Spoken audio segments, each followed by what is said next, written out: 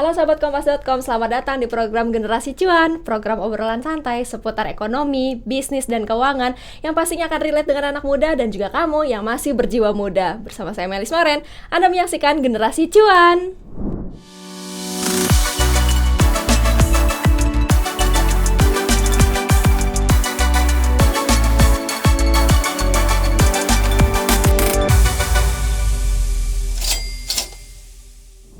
Sahabat Kompas.com, selamat menjalankan ibadah puasa bagi yang menjalankan. Bagaimana nih puasa Anda di tahun ini? Kalau misalnya pengeluaran gimana nih sahabat Kompas.com? Lebih hemat atau sebenarnya lebih boros dikit nih karena ada bukber, karena ada juga kenaikan harga-harga pangan yang ada di Indonesia. Lalu seperti apa sih cara kita mengelola keuangan di saat bulan puasa? Kita simak dulu yuk cuplikan yang satu ini.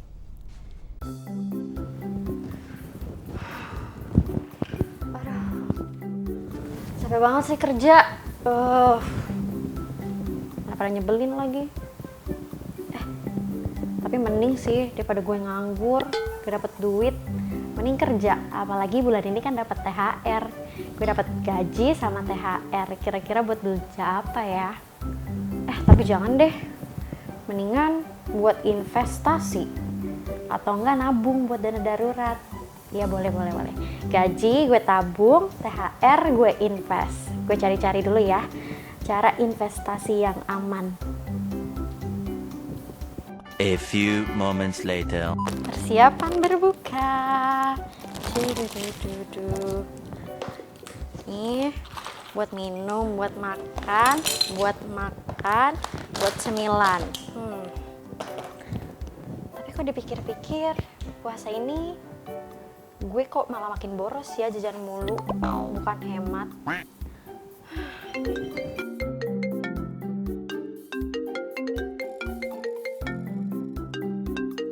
Halo Mah? Iya, kenapa? Mau pinjem uang?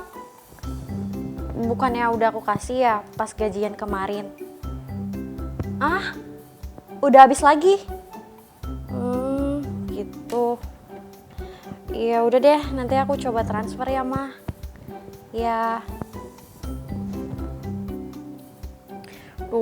Mama minta transfer lagi. Coba deh cek masih ada saldo gak ya? Hah? Kok tinggal 50.000? Yang bener aja, kan belum belanja baju lebaran. Aduh, gimana nih? Pakai pay later aja kali ya. Nanti bayarnya pakai THR, jadi THR duluan aja gitu ceritanya. Boleh. Kita cek limit dulu 5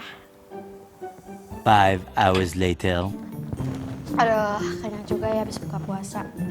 Oh iya, kan belum transfer si Mama. Lupa, siapa tahu dia nungguin. Oke. Wah, saldonya masih banyak nih yang dari pay later tadi.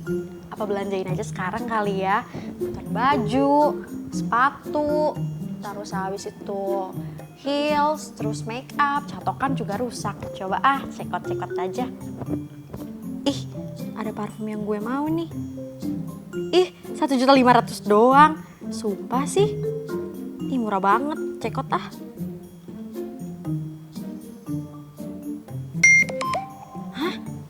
HR di kantor. THR gak dikasih full, terus gue bayar pay later gimana dong?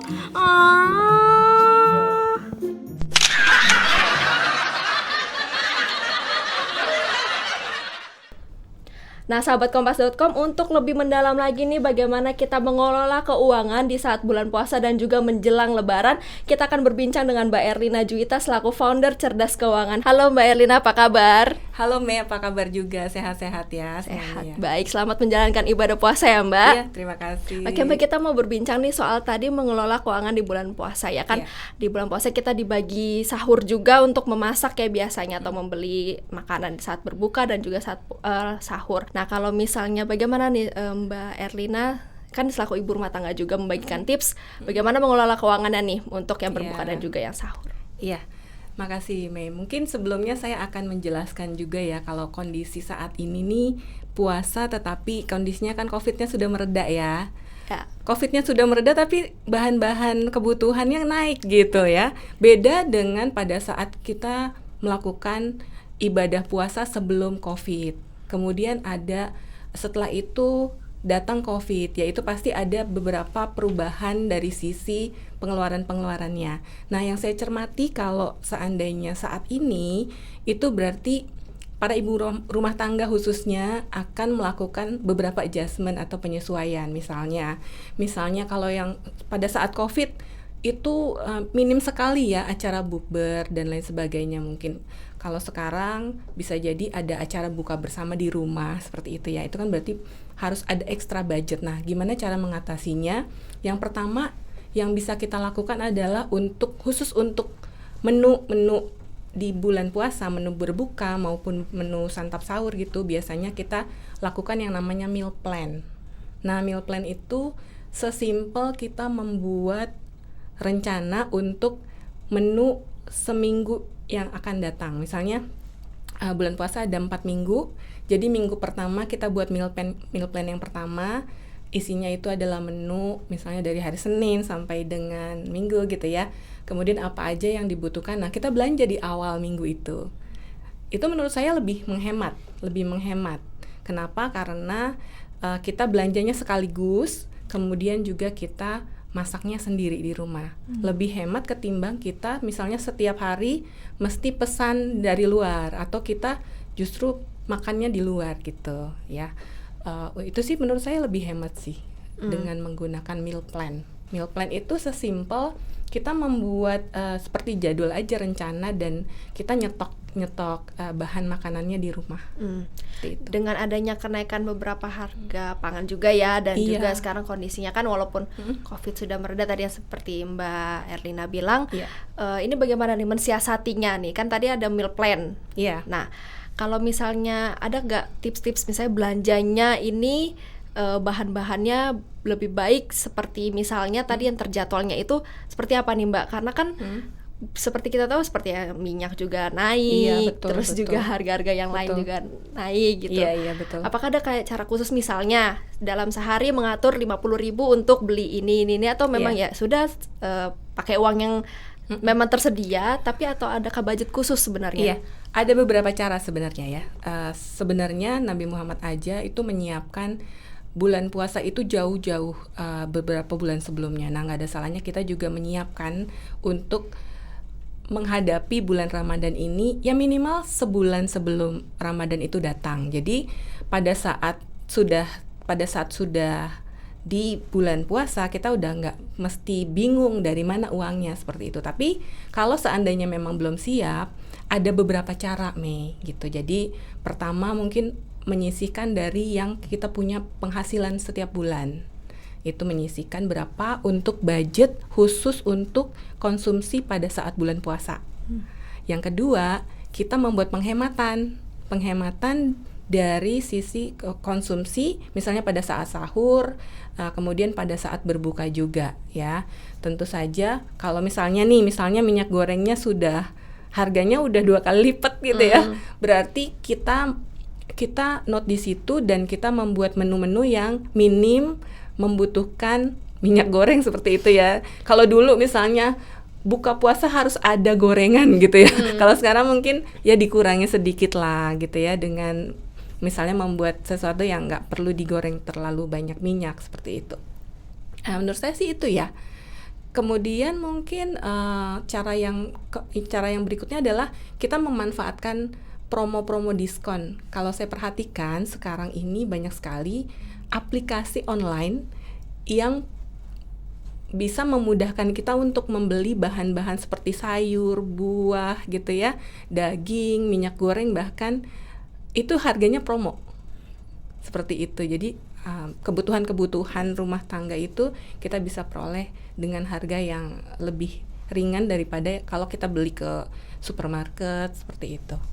Jadi kalau misalnya untuk bahan lebih hemat kita yang pesan luar. Kalau misalnya bentuk makanannya sudah siap saji, itu lebih melihat harga kebutuhan yang sedang naik. Apakah lebih hemat kita memesan makanan siap saji di luar saja atau ya back to basic memasak gitu? Iya, Ini tergantung jenis makanan ya. Kadang ada kalau kita lihat di aplikasi pemesanan makanan online gitu ya. Itu kan ada kadang-kadang ada promo, misalnya beli seharga 100.000 dapat promonya diskonnya 40.000 gitu kan. Nah, itu tergantung juga tuh, tergantung kalau kita memilih menu-menu yang ada promonya, itu bisa jadi lebih hemat ketimbang kita bikin sendiri di rumah, kita buat sendiri, kita masak sendiri di rumah. Tapi kalau seandainya menunya itu menu-menu masakan rumahan, misalnya sayur asem, kemudian ayam goreng dan lain sebagainya yang bisa dimasak sendiri, itu menurut saya sih cukup lebih murah ya ketimbang kita beli di restoran yang menyediakan misalnya menu untuk restoran Sunda seperti itu ya, yang mungkin harganya bisa jadi karena disajikannya di restoran bisa jadi lebih tinggi kan ketimbang kita masak sendiri di rumah. Oke, kita kan tadi membahas untuk penghematan bagaimana berbuka dan juga sahur ya, Mbak. Iya. Tapi ada juga fenomena bukber nih, buka bersama nih. Pasti itu ya. Iya, pasti Mbak sudah banyak undangan buka bersama kan, baik itu di rumah ataupun ya kumpul di restoran bersama Betul, teman-teman. betul. Bagaimana nih Mbak melihat fenomena ini, dan sebenarnya bagaimana nih kita supaya mengelola keuangannya agar ya nggak terlalu boncos lah untuk bukber, karena pasti Iya. undangannya nggak cuma nggak pasti lebih dari satu betul. nih. Bukber untuk alumni SMA, untuk alumni kuliah, untuk alumni SD gitu ya. Nah, untuk teman kerja kantor lama, kantor baru gitu ya. Jadi memang ini beda nih, ini perbedaan yang terjadi pada saat puasa tahun lalu dengan puasa tahun ini, karena kan tahun ini boleh ya Ya, kita sudah bukber, dilonggarkan sudah ya. dilonggarkan ya ke ininya ketentuannya ya. Nah, caranya gimana? Caranya mungkin yang pertama adalah kita menyeleksi ya. Jangan sampai juga semua acara bukber itu kita kunjungi gitu ya. Kan pasti ada prioritas-prioritas yang bisa kita ambil ya. Kemudian juga mungkin adalah kita siapkan budget sih sebenarnya.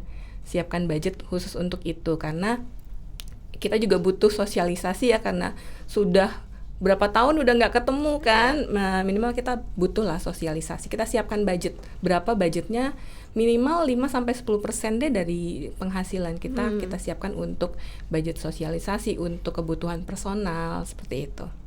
Oke, jadi dibudgetin dari penghasilan 5-10% ya, jangan Iya, sampai betul. Jangan kalau- sampai kebanyakan juga iya, ya. nanti bingung nih nanti saat Iya, menjelang betul, lebarannya ya. betul. Kita akan bahas nih ya untuk menjelang lebaran bagaimana Iya. mengaturnya, karena kan banyak juga keperluan yang harus dibeli ya sebelum juga mempersiapkan jelang lebaran. Kita akan bahas di video part 2 selanjutnya. Tetap terus saksikan Generasi Cuan.